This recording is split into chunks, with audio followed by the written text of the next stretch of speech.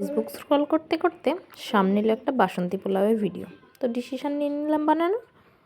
তো ফার্স্টে নিয়ে নিলাম 1.5 কাপ মতো গোবিন্দভোগ চাল। সেটাকে জলের মধ্যে ভালো করে ধুয়ে নিলাম, বেশি কচলে না ধুয়ে আলতো হাতে ধুয়ে নিলাম। তারপর সেটাকে জল শুকানোর জন্য একটা থালায় মেলে দিলাম, আর টুকুস করে এক টুকরো আদা নিয়ে থেতলে নিলাম। তারপর একটা হাতার মধ্যে আমি একটু ঘি গলিয়ে নিলাম, আর সেটা ধোঁয়াটা বন্ধ হলে তার মধ্যে হলুদ মিশিয়ে দিলাম, এবং সেই হলুদ আর ঘি মেশানোটা এবার চালের মধ্যে ভালো করে মিশিয়ে নিলাম যাতে কালারটা ঠিকঠাক আসে।